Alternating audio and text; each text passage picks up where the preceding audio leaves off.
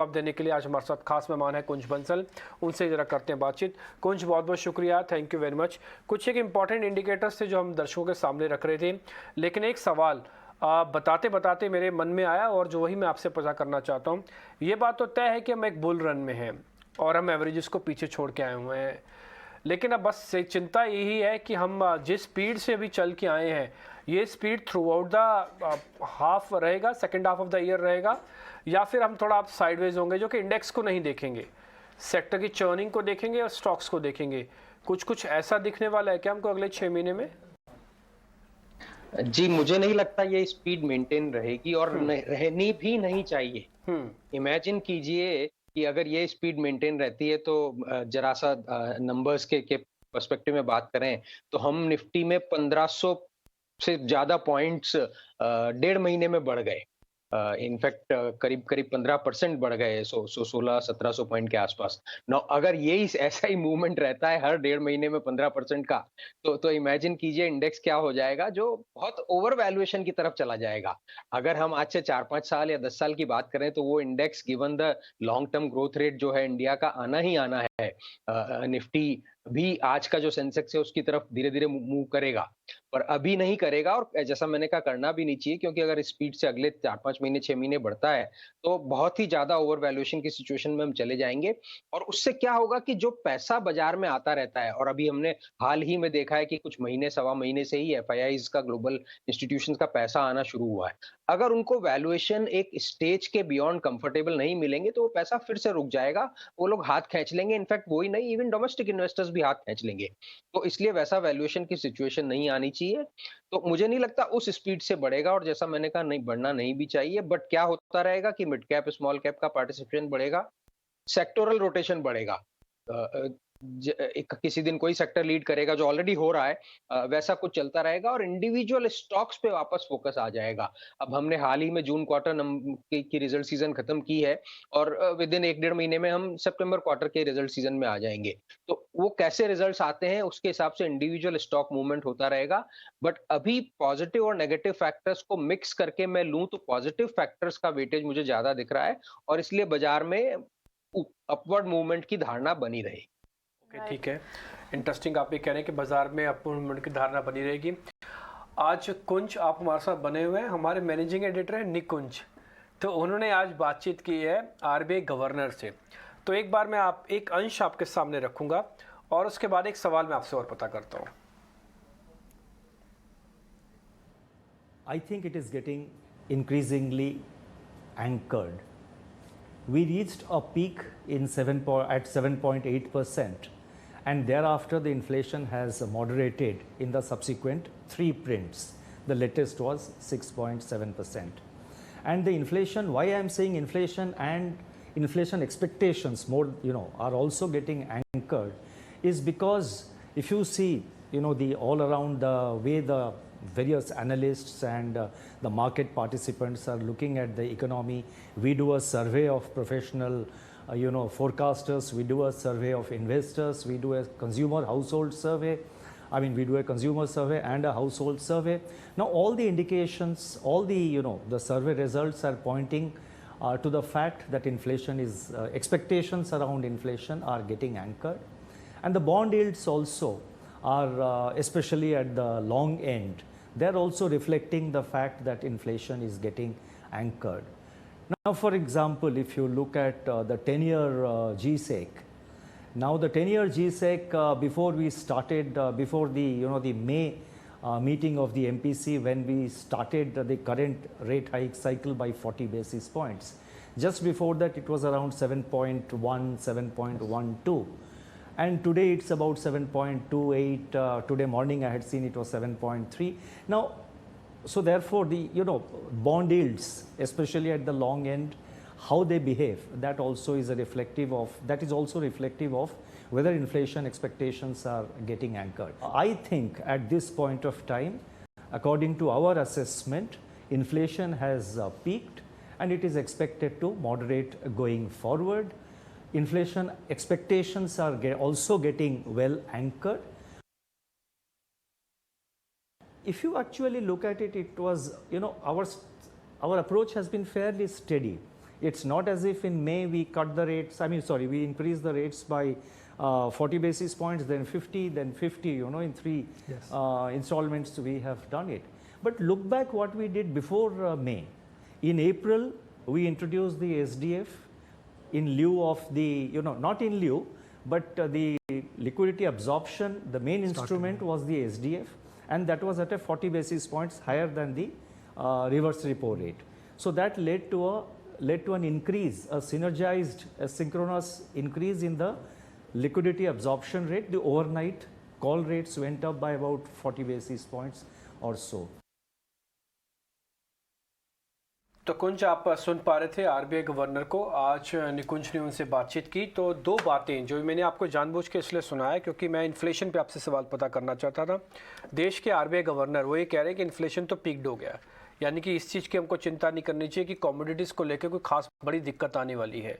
ये तो पहला पॉइंट उनकी स्पीच से पता लग रहा है। हम ये मान कर चलें कि आने वाले 2 क्वार्टर्स की अर्निंग्स थोड़ी अच्छी और ज़्यादा वाइब्रेंट रहेंगी, क्योंकि इस बार की अर्निंग्स में तो ना इन्फ्लेशन का और मार्जिन्स का थोड़ा आर्टिफिशियल प्रेशर भी रहा। कईयों में एक्स्ट्राऑर्डिनरी गेन आ गया, कईयों में एक्स्ट्राऑर्डिनरी फॉल आ गया। तो अगले 2 क्वार्टर्स थोड़े से आपको लग रहा है ज़्यादा फेयर और ज़्यादा रियलिस्टिक होंगे, उस पर मार्केट ज़्यादा तेज़ रिएक्शन कर सकता है। जी हाँ, तो क्या होगा, मुझे लगता है सितंबर क्वार्टर में शायद इतना इम्पैक्ट कमोडिटी प्राइसेस में जो फॉल आया उसका देखने को नहीं मिले, क्योंकि कंपनीज के पास ऊंचे भाव की ली हुई रॉ मटेरियल्स की इन्वेंट्री रहेगी, तो वो इतना मार्जिन में नहीं दिखेगा। पर दिसंबर क्वार्टर में, और उसमें ऑब्वियसली अंडरलाइंग अजम्पशन ये है कि तब तक दिसंबर तक कमोडिटी प्राइसेस वापस ऊपर जाना नहीं शुरू होना चाहिए, जो लगता नहीं है। तो दिसंबर क्वार्टर में हम वाकई में एक बहुत अच्छा मार्जिन इम्पैक्ट देखेंगे। पर यह है कि मार्केट इन सब चीजों को एडवांस में ही बिल्ड कर लेता है, और मार्केट ने इसीलिए हमने देखा है कि 15% की रैली जून के लो से हो चुकी है, तो मार्केट ने काफी कुछ बिल्ड इन कर लिया है। और अब जैसे जैसे इंडिविजुअल नंबर्स आएंगे, जहां जहां पॉजिटिव सरप्राइज होगा या एक्सपेक्टेशन से थोड़ा सा 25-75 बेसिस पॉइंट का एबिडा मार्जिन में ज्यादा इंप्रूवमेंट या ग्रॉस मार्जिन में ज्यादा इंप्रूवमेंट दिखेगा, वहां पे और बाइंग इंटरेस्ट आएगा। तो नेट हाँ, पर मुझे लगता है सितंबर में हमें इतना ज्यादा अपनी एक्सपेक्टेशन नहीं बढ़ानी चाहिए, क्योंकि रॉ मटेरियल हाई इन्वेंट्री थोड़ी बहुत अलग अलग कंपनीज की अलग अलग ड्यूरेशन की रहती है, तो उस हिसाब से रह सकती है। और जो प्राइसेस राइज कंपनीज ने लिए हैं उसका भी इम्पैक्ट सितंबर क्वार्टर के बजाय दिसंबर में फुल दिखेगा। तो दिसंबर क्वार्टर में सर्टेनली हम अर्निंग्स को बढ़ता हुआ देखेंगे। और राइट, बिल्कुल। तो दिसंबर क्वार्टर में आप अर्निंग्स को और बढ़ता हुआ देखेंगे कुंज, बिल्कुल। यहाँ तो बात ये भी की जा रही है क्योंकि इस क्वार्टर में अच्छे सरप्राइज तो क्या कॉर्पोरेट्स है, सेकंड क्वार्टर भी अच्छा बताया जा रहा है। लेकिन इस वक्त अगर हम मैक्रो फ्रंट पे जो बड़े ट्रिगर्स आ रहे हैं, यूएस डॉलर इंडेक्स आज के दिन ही आपको फिर से 109 के ऊपर भी दिखा। अभी फिलहाल 109 के आसपास है, लेकिन वो बहुत ही अलार्मिंग रेट्स है, और उसका चलता आप एक इम्पैक्ट इन्वर्सली प्रोपोर्शनेट होता है। कमोडिटीज उस पर भी हम देख रहे हैं। ये सारा सिनेरियो भी मैं आपसे समझना चाहूंगी कि इन बड़े मैक्रो ट्रिगर्स को इंडियन मार्केट में, इंडियन कॉन्टेक्स्ट में किस तरह से देखना चाहिए। लेकिन इस बीच एक बड़ी स्टोरी भी आ रही है, वो है नेचुरल गैस में दी गई सब्सिडी को लेकर। नेचुरल गैस की कीमतें, क्योंकि हम जानते हैं रिकॉर्ड कीमतों पे चल रही हैं, रिकॉर्ड लेवल्स पे चल रही है, और जिसके चलते इस वक्त यूरिया सब्सिडी में भारी बढ़ोतरी दी जा सकती है। महंगी गैस के कारण यूरिया सब्सिडी लगभग 50% तक बढ़ सकती है। मेघना के पास ज्यादा डिटेल्स है। कुंज, आपके पास वापस लौटेंगे, बट आई एम श्योर आप ये न्यूज देखना चाहेंगे। नेचुरल गैस की कीमतों पर इफेक्ट पड़ रहा है और स्टॉक्स भी रिएक्ट कर रहे हैं। इस पर एक बार मेघना से पूरी डिटेल ले लेते हैं। मेघना, बताएं। जी बिल्कुल, जो हम अनप्रेसिडेंटेड हाई देख रहे हैं ग्लोबली गैस के प्राइसेस में, चाहे वो यूएस हो, यूरोप हो, उसका इम्पैक्ट अब यूरिया प्राइसेस पर भी पड़ रहा है, क्योंकि एक वो इम्पॉर्टेंट इनपुट कॉस्ट होती है। तो जो सूत्र जानकारी दे रहे हैं कि ग्लोबली जो अभी करंट जो यूरिया का कॉस्ट चल रहा है वो $517 पर मेट्रिक टन चल रहा है। इसी के चलते जो गवर्नमेंट का जो इम्पोर्ट बिल है वो काफ़ी बढ़ सकता है। ₹20,000 करोड़ तक ज़्यादा उसको देना पड़ सकता है यूरिया इम्पोर्ट्स के लिए। करीब 90 lakh metric ton India import करने का टारगेट बना रही है इस साल। इसके अलावा जो गवर्नमेंट सब्सिडी देती है कंपनीज़ को यूरिया मैन्युफैक्चरिंग के लिए, वो सब्सिडी भी बढ़ानी पड़ सकती है गवर्नमेंट को, क्योंकि गैस के प्राइसेस डेफिनेटली उसका प्रेशर इंडिया में भी दिखेगा। इसके चलते जो कंपनीज़ को सब्सिडी देनी पड़ेगी वो भी ₹13,500 करोड़ तक बढ़ सकती है। जो टोटल जो यूरिया का जो बजट है इस साल का गवर्नमेंट के पास वो ₹67,000 करोड़ है, लेकिन इम्पोर्ट और जो सब्सिडी को दोनों को मिलाकर जो कॉस्ट है गवर्नमेंट के एक्सपेंडिचर की वो 50% तक बढ़ सकती है, ये सूत्र कंफर्म कर रहे हैं। तो एक और एक्सपेंडिचर गवर्नमेंट का इस साल काफ़ी हद तक बढ़ता हुआ दिख रहा है यूरिया इंपोर्ट और सब्सिडी के चलते ये कैसे गवर्नमेंट ये एक्स्ट्रा एक्सपेंडिचर हैंडल करेगी वो देखना रहेगा। ठीक है, बिल्कुल। तो एक्स्ट्रा एक्सपेंडिचर तो स्ट्रेच तो और ज्यादा आएगा गवर्नमेंट स्पेंडिंग पर, लेकिन ये जो फाइट अगेंस्ट इन्फ्लेशन है ना कुंज, उसी की तरफ इसे देखना चाहिए कि सरकार प्रतिबद्ध है। और आज आरबीआई गवर्नर भी क्लियरली कह रहे थे कि उन्होंने तो आरबीआई ने जिस पेस से काम किया, उन्होंने क्लियरली कहा कि क्रिकेट के एनालॉजी में कहूं तो हमने सुनील गावस्कर की तरह खेला, यानी अच्छे बड़े पेसी स्टेप्स लिए आरबीआई गवर्नर की तरफ से इन्फ्लेशन को काबू में करने के लिए। ब्याज दरों पर जो भी एक्शन लिया उन्होंने, उन सब पर लेकर हमने एक खास इंटरव्यू जो दिखाया उस पर एक आपसे रिएक्शन चाहेंगे कि अब आप कैसे देख रहे हैं फाइट अगेंस्ट इन्फ्लेशन। गवर्नमेंट लगातार स्टेप्स ले रही है, नेचुरल गैस के कीमतें बढ़ी हुई हैं, यूरिया में सब्सिडी भी, ये भी कहीं ना कहीं एक स्टेप ही है सरकार का। जी हाँ, तो क्या हुआ है कि पिछले करीब एक दशक में, 10 सालों में ग्लोबल लिंकेजेस सारी कंट्रीज की, सारी इकोनॉमीज की बढ़ी हैं एक दूसरे के साथ, और ऑब्वियसली इंडिया की भी बढ़ी है और बढ़नी भी चाहिए। तो उसमें ये सब चीजों को, मैक्रो इकोनॉमिक फैक्टर्स को मैनेज करना बहुत डायनामिक हो गया है और एज अ रिजल्ट बहुत मुश्किल भी हो गया है।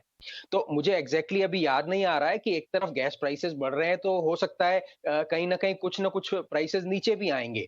तो वो एक है। अब जैसे मेटल्स के प्राइसेस अभी तक नीचे ही है, सारे आपके स्टील, एल्यूमिनियम, जिंक, कॉपर। अगर हम मान लेते हैं कि वो प्राइसेस नहीं बढ़ते हैं और नीचे आते रहते हैं, तो वो एक बैलेंसिंग फैक्टर दे देगा। बट नहीं भी देगा तो ये एक सिचुएशन, इनफैक्ट आज सुबह ही, अभी मैं थोड़ी देर पहले यूके का जो फाइनेंशियल टाइम्स अखबार आता है उसमें पढ़ रहा था, तो उसमें तो उन्होंने यूनाइटेड किंगडम में 18% तक इन्फ्लेशन जाने की उस देश में बात कर दी है। पहले ही कुछ कम उम्मीद नहीं थी, 13, 14, 15% की रेंज में चल रहा था, बट करंट गैस प्राइसेस को देखते हुए तो उन्होंने सीधा 18% की हेडलाइन दे दी है। तो ये चीजें हैं जो मैनेज करते रहना पड़ेंगी। और जो आरबीआई गवर्नर का इंटरव्यू आपने दिखाया वो बिल्कुल सही दिखाया, और हमने ट्रेंड भी देखा है कि प्राइसेस नीचे आ रहे हैं। अब उसमें एक हमेशा से रिस्क है कि वापस से अगर प्राइसेस का डायरेक्शन रिवर्स हो जाता है तो वो रिस्क एक बाजार पे रहेगा। पर रिस्क किस समय नहीं रहते हैं, हर समय बाजार में, इकोनॉमी में, मार्केट में रिस्क रहेंगे। उन रिस्क को चलते हुए, मैनेज करते हुए, न सिर्फ गैस प्राइसेस, आज ताइवान का भी एक रिस्क है। ऑयल प्राइसेस अगर गैस के साथ साथ वापस बढ़ते हैं तो वो रिस्क है। फेस्टिवल डिमांड अगर जिस हिसाब से उम्मीद है कि बढ़ जाएगी, नहीं बढ़ती है, तो वो एक रिस्क है। तो रिस्क तो रहेंगे बाजार में, पर उनको मैनेज करना गवर्नमेंट के लिए, सेंट्रल बैंकर्स के लिए, इकोनॉमिक बॉडीज के लिए, इंडिया की एज वेल एज ग्लोबल के लिए एक चैलेंज रहेगा। उसके नीचे हम आए तो माइक्रो लेवल पे कंपनीज के लिए चैलेंज रहेगा, और उसी में हमको प्रॉफिट्स और की इंक्रीज या डिक्रीज देखने को मिलेगी। ऑफ कोर्स रिस्क तो है बाजार में, और इन रिस्क को काफ़ी बेहतरीन तरीके से डोमेस्टिक मार्केट्स मिटिगेट करते हुए आगे बढ़ते जा रहे हैं। कुंज, गुड आफ्टरनून। अब बात करते हैं सेक्टर स्पेसिफिक आपके नज़रिए की। पिछली दफ़ा जब आपसे बात की थी आपने पर्टिकुलरली एफएमसीजी और ड्यूरेबल्स पर अपना पॉजिटिव आउटलुक जताया था। टेलीकॉम पर भी आपने कहा था कि अच्छे लेवल्स पर कामकाज आगे देखने को मिल सकता है। फार्मा स्पेस पर भी आपका पॉजिटिव आउटलुक था। ऑफकोर्स एफएमसीजी और टेलीकॉम में तो लगातार हम मजबूती देख भी रहे हैं, न्यूज़ फ्लोज भी हैं, लेकिन केपेक्स थीम पर, कैपिटल गुड्स सेक्टर पर आपका क्या कहना है? क्योंकि लगातार हम देख रहे हैं केपेक्स थीम काफी हद तक कैपिटल गुड्स के लिए अच्छा कर रही है, प्रदर्शन काफी अच्छा है। प्राइवेट केपेक्स अनाउंसमेंट की अगर बात करें, ऑलमोस्ट 90% सर्ज वहां पर भी देखने को मिल चुका है। क्या यहां से और ज्यादा बढ़त, और ज्यादा ग्रोथ की गुंजाइश, और केपेक्स के लिहाज से कैपिटल गुड्स स्पेस पर आपका नजरिया? जी हाँ, तो मैं केपेक्स पे आऊंगा, पर उसके पहले एफएमसीजी शेयर्स और इनमें जो सारी बढ़त हुई है उसका सारा क्रेडिट आप मुझे मत दे दीजिए। बाजार भी चला है, तो बाजार का चलना एक बहुत अंडरलाइंग जरूरी है किसी भी अच्छे परफॉर्मिंग सेक्टर और कंपनीज का शेयर प्राइस में उसका रिजल्ट दिखने के लिए। तो वो एक बहुत बड़ा सपोर्ट आया बिल्कुल, है। बिल्कुल। कुंज, वैसे आपका तो पॉजिटिव आउटलुक था जिसे मैं यहाँ रीडायरेक्ट कर रही थी। बाकी बाजार ही चला है, जिसके चलते एफएमसीजी हो, चाहे ऑटोमोबाइल हो, ऑटो कंपोनेंट्स हो, और साथ ही टेलीकॉम चल रहे हैं। कैपिटल गुड्स में भी काफी इंटरेस्ट रहा है। इनफैक्ट पिछले 1-1.5 साल में, और अगर हम ये पिछले 1.5 महीने की जो बाजार की तेजी छोड़ दें, तो इवन अदरवाइज भी पिछले 1-1.5 साल में जब बाजार थोड़ा सा ऊपर नीचे हो रहा था, उस सेक्टर ने on an overall basis out perform किया है। और उस आउट परफॉर्मेंस का रीजन था कि पिछले 1-1.5 साल में केपेक्स अनाउंसमेंट्स काफी बड़े हैं। तो गवर्नमेंट का केपेक्स तो हम लोग देख रहे हैं कि हमेशा से चालू था ही, कोरोना होने के बावजूद, कोरोना के 2 सालों में भी, उसके पहले भी और उसके बाद में भी। पर प्राइवेट सेक्टर का केपेक्स पिछले 2 से 3 क्वार्टर में काफी सुनने में आया है, और अनाउंसमेंट सुनने में आया है। इनफैक्ट अगर हम केपेक्स अनाउंसमेंट का खाली नंबर लें तो उसमें FY21 से FY22 में करीब करीब 100%, एग्जैक्टली 90% का ग्रोथ अनाउंसमेंट्स में हुआ है। अनाउंसमेंट होते हैं, उसके बाद इन्वेस्टमेंट आता है, प्लांट्स डलते हैं, तो टाइम लगता है। तो अनाउंसमेंट्स में जैसा मैंने कहा 90% का ग्रोथ 2022 में प्राइवेट सेक्टर से हुआ है। और जो जो मोटे मोटे सेक्टर जहां पे इन्वेस्टमेंट हो रहा है, उसमें सीमेंट सेक्टर में काफी इन्वेस्टमेंट हो रहा है, केमिकल्स में काफी इन्वेस्टमेंट हो रहा है, अपना electrical vehicle oriented automobile units में काफी इन्वेस्टमेंट हो रहा है, ग्रीन एनर्जी और सोलर हाइड्रोजन रिलेटेड में काफी इन्वेस्टमेंट हो रहा है। तो मोबिलिटी में बहुत इन्वेस्टमेंट हो रहा है, railway as well as metro में। तो इन सब का बेनिफिट कैपिटल गुड सेक्टर को मिला है और अभी भी मिलता रहेगा। बेनिफिट के चलते ऑलरेडी बहुत शेयर प्राइसेस बढ़ गए हैं और वैल्यूएशन भी थोड़े से एक्सपेंसिव हो गए, बट मुझे नहीं लगता कि उससे अभी घबराना चाहिए, क्योंकि किसी भी high growth phase of sectors में वैल्यूएशन और थोड़े से एक्सपेंसिव या और थोड़े से हायर लेवल की तरफ जाते ही हैं, रिजल्ट जैसे जैसे बढ़ेगा। और जैसे हम पहले भी बात कर रहे थे कि कमोडिटी प्राइसेस के करेक्शन का बेनिफिट, तो उनके टॉप लाइन तो ग्रोथ होंगे ही होंगे 25-30%, 35%, मुझे लगता है 40-50% तक, जो इस क्वार्टर में भी कई कंपनीज में हमने देखा। रॉ मटेरियल प्राइसेस के रिडक्शन की वजह से प्रॉफिटेबिलिटी में बहुत अच्छी ग्रोथ आ सकती है, इसलिए ओवरऑल सेक्टर पे व्यू पॉजिटिव है। वैल्यूएशन एक्सपेंसिव लग रहे हैं, बट उससे मुझे नहीं लगता घबराना चाहिए। काफ़ी हद तक वैल्यूएशंस एक्सपेंसिव होने के बावजूद इन तमाम स्पेसेस में आगे ग्रोथ अपॉर्चुनिटीज़ बिल्टअप होती हुई दिख रही हैं, जिसके चलते कुंज का नजरिया यहाँ पर इन तमाम स्पेसेस पर, कैपिटल गुड स्पेस हो चाहे केमिकल, सीमेंट, केपिक्स थीम के तौर पर यहाँ पर काफ़ी अच्छे से चल रहे हैं। कुंज, शुक्रिया आपका हमारे साथ जुड़ने के लिए, सवालों के जवाब देने के लिए और बाजार पर अपना आउटलुक हमारे साथ शेयर करने के लिए।